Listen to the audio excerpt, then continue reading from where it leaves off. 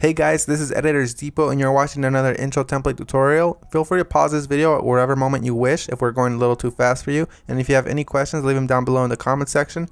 We always reply to every single comment, and if we're away for a minute, just go ahead and comment down below and there's very friendly people that will help you, guaranteed.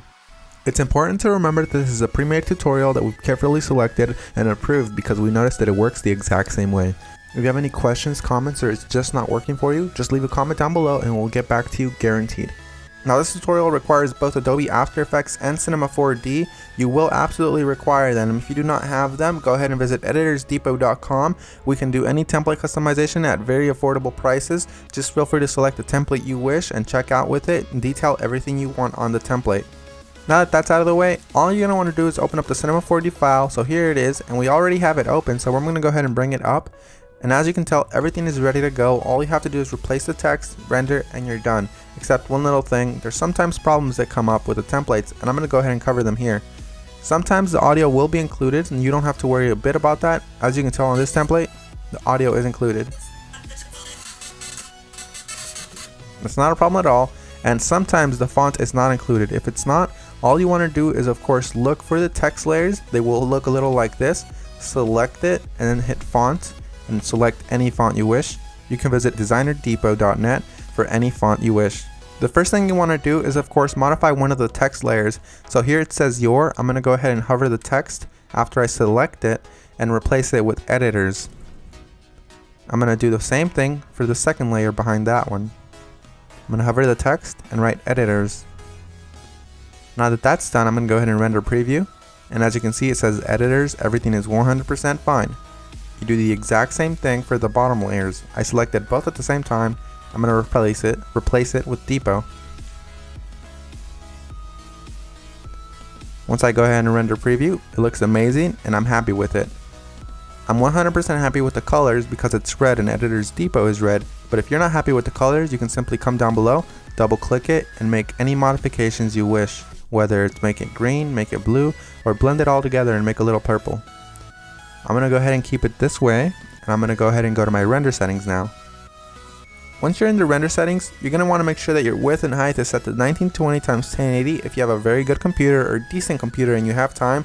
If you have a slow computer and you probably don't have that much time, you make sure you set it 1280 by 720. You want to make sure you tick all frames, and then you go to save. You make sure it has a PNG sequence for a faster render that does not reduce quality at all. And you want to make sure you select file here. Make sure you make a folder for this one render sequence that's alone and empty. Mine is template render, and I'm going to name my every single sequence render. You close that and you begin the render. While it finishes rendering, I'm going to go ahead and open up my Adobe After Effects file and go ahead and get started with that for you guys. As you can see, that says that there's two files missing, so I'm going to go ahead and find them for my computer. So I'm going to wait for it to load, and as you can see, it says here that the audio is missing. I'm going to go ahead and double click the file, and I'm going to find it for the computer. It should be included in the template, and if it's not included, we're sorry and we're going to do our best to try to help you, but if it's not, you can go ahead and include any audio you want. As you can see here, it's not included, so I'm going to go ahead and just drag in one of my copyright-free files that I have in my library. You can use the one that we're using for this tutorial.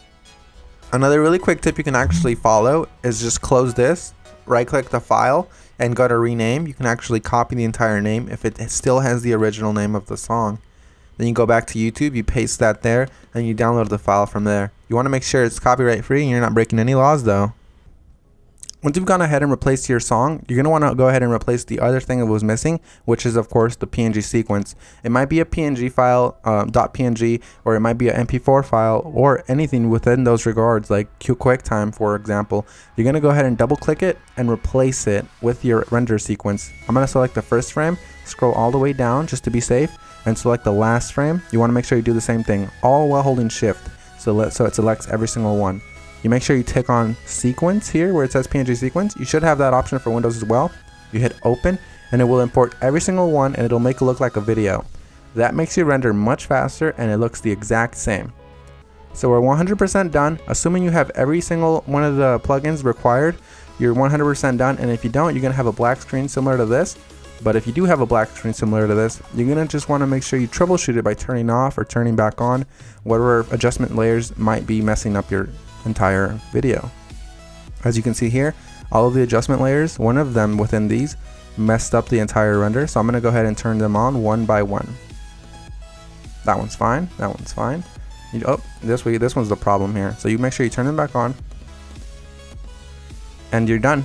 So I had one layer that messed everything up, and that's because I do not have the correct plugin. You want to make sure you fix that, and you want to make sure you don't run into that problem again. And finish the composition by adding it to the media encoder queue. That pretty much summarizes our video, guys. I hope you all enjoyed it, and if you did, remember, drop a thumbs up if you liked it. Drop a thumbs up if you are a fan of us and you like what we're doing. And guys, we really appreciate every single one of you from the bottom of our hearts. We really appreciate every single one of you guys, whether you're liking this video, disliking, or you just left and you didn't even watch this tutorial, guys. Hope you all have an amazing day, and as always, this is Maurice.